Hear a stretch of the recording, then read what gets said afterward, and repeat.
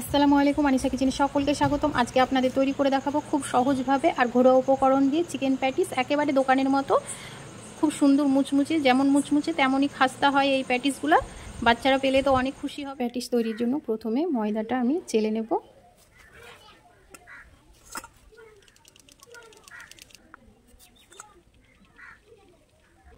ময়দার মধ্যে দিয়ে দেবো লবণ, সাদা তেল। এবার ভালো করে ময়াম দিয়ে নেব।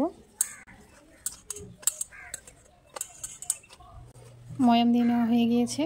এবার অল্প অল্প পানি দিয়ে ডোটা মেখে নেব। সাধারণত আমরা যেভাবে রুটির ডো মাখি সেইভাবেই মেখে নিয়েছি, একটু শক্ত করে। এবার এটাকে ঢাকনা দিয়ে ঢেকে রেস্টে রেখে দেবো। ততক্ষণে আমি চিকেনের পুরটা রেডি করে প্যাটিসের জন্য পুর তৈরি করব। তো তার জন্য কড়াই বসিয়ে দিয়েছি গ্যাসে। এবার কড়াইয়ের মধ্যে দিয়ে দিলাম পরিমাণ মতো তেল, দিয়ে দেবো কাঁচামরিচ কুচি আর পেঁয়াজ কুচি। পেঁয়াজ আর মরিচটাকে একটু ভেজে নেব।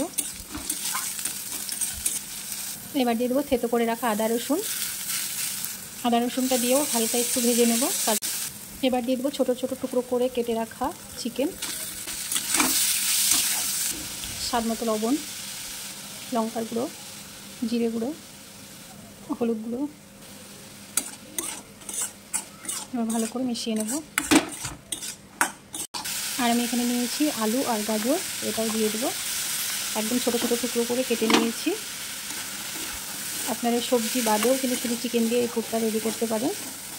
তবে চিকেন আর সবজি দিলে খেতে বেশ ভালোই লাগে। সবজির সঙ্গে চিকেনটা ভালো করে কষিয়ে নেব। কষানো হয়ে গেছে, এবার দিয়ে দেবো পানি। সবজিটা সেদ্ধ হওয়ার মতোই এখানে পানি দিয়ে দিয়েছি আমি। এবার ঢাকনা দিয়ে ঢেকে দেবো। সেদ্ধ হয়ে গিয়েছে। এবার নামানোর ঠিক কিছুক্ষণ আগে দিয়ে দেবো এবার সয়া সস, আর দেবো একটু টমেটো সস, আর দেবো একটু গরম মশলার গুঁড়ো। এবার ভালো করে মিশিয়ে নেব। পুরটা রেডি হয়ে গিয়েছে। এবার আমি নামিয়ে নেব। আমি লেচি কেটে নেব। একটা লেচি নিয়ে নিয়েছি। এবার রুটি বেলে নেব।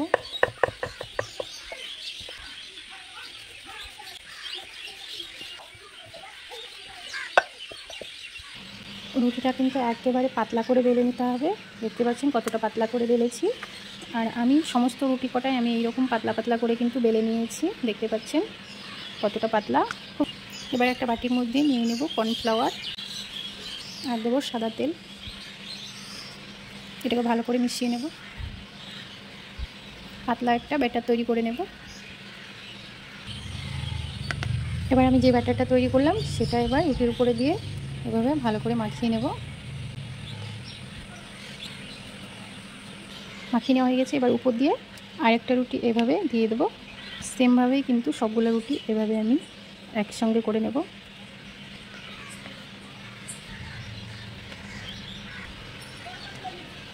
এইভাবে কিন্তু আমি সবকটা রুটি একসঙ্গে করে নিয়েছি। এখানে টোটাল আমার 5টা রুটি হয়েছিল। তো 5টা রুটি আমি এভাবে দিয়ে নিয়েছি। এবার যতটা সম্ভব সরু করে এভাবে গোল করে নিতে হবে।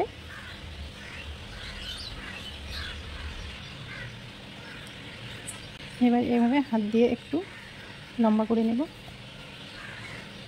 কেটে নেব।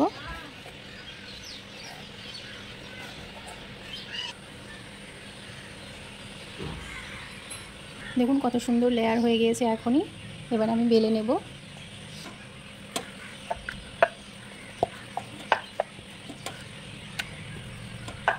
বেলে নিয়েছি। এবার আমি একটু চারি সাইডটা কেটে নেব। মাঝখানে এই পুরটা দিয়ে দেবো। চারি সাইড দিয়ে এইভাবে পানি লাগিয়ে নেব। এই কোণাটা ধরে এই কোণার সঙ্গে একসঙ্গে এভাবে মিলিয়ে দেব। আর এভাবে হাত দিয়ে চেপে চেপে দেবো একটু, যাতে মুখটা খুলে না যায়। দেখুন কি সুন্দর আর খুব সহজভাবে কিন্তু একটা প্যাটিস রেডি হয়ে গেল। সেমভাবে বাকিগুলো তৈরি করে সমস্ত কটা প্যাটিস আমি রেডি করে নিয়েছি। এবার ভেজে নেব। আগে থেকে আমি তেল গরম করতে বসিয়ে দিয়েছি। তেলটাও বেশ গরম হয়ে এসেছে। এবার একে একে প্যাটিসগুলো দিয়ে দেবো।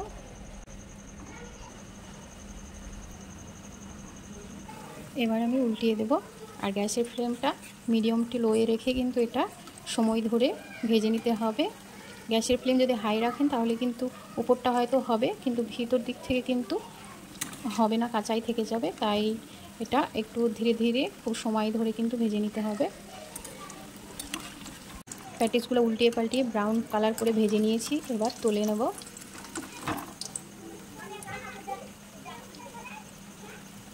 সেমভাবে বাকিগুলো ভেজে নেব। সমস্ত প্যাটিস কটা ভেজে নিয়েছি আর একটা প্লেটের মধ্যে নিয়ে নিয়েছি। দেখুন যে কত সুন্দর হয়েছে আর দারুণ সুন্দর, একদম মুচমুচে হয়েছে। দেখতে পাচ্ছেন কত সুন্দর লেয়ার তৈরি হয়েছে। লেয়ারগুলো কিন্তু প্রত্যেকটা বোঝা যাচ্ছে, একেবারে দোকানের মতো হয়েছে প্যাটিসগুলো। এইরকম চিকেন প্যাটিস যদি আপনারা বাচ্চার টিফিনে দেন তাহলে তো আর কোনো কথাই নেই, ওরা খুব খুশি হবে আর অনেক মজা করে খাবে।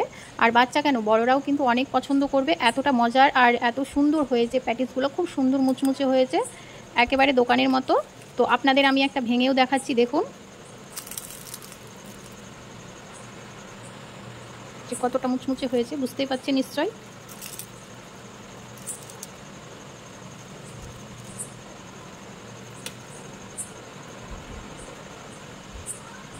প্যাটিসগুলো যেমন খাস্তা আর তেমনই মুচমুচে হয়েছে।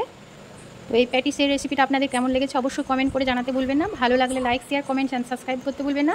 পাশে থাকা বেল বাটনটি অবশ্যই ক্লিক করবেন যাতে পরবর্তী ভিডিও নোটিফিকেশান পেয়ে যান। সকলেই ভালো থাকুন, সুস্থ থাকুন। আল্লাহ হাফেজ। আজকে এই পর্যন্ত, দেখা হচ্ছে নতুন কোনো রেসিপিতে।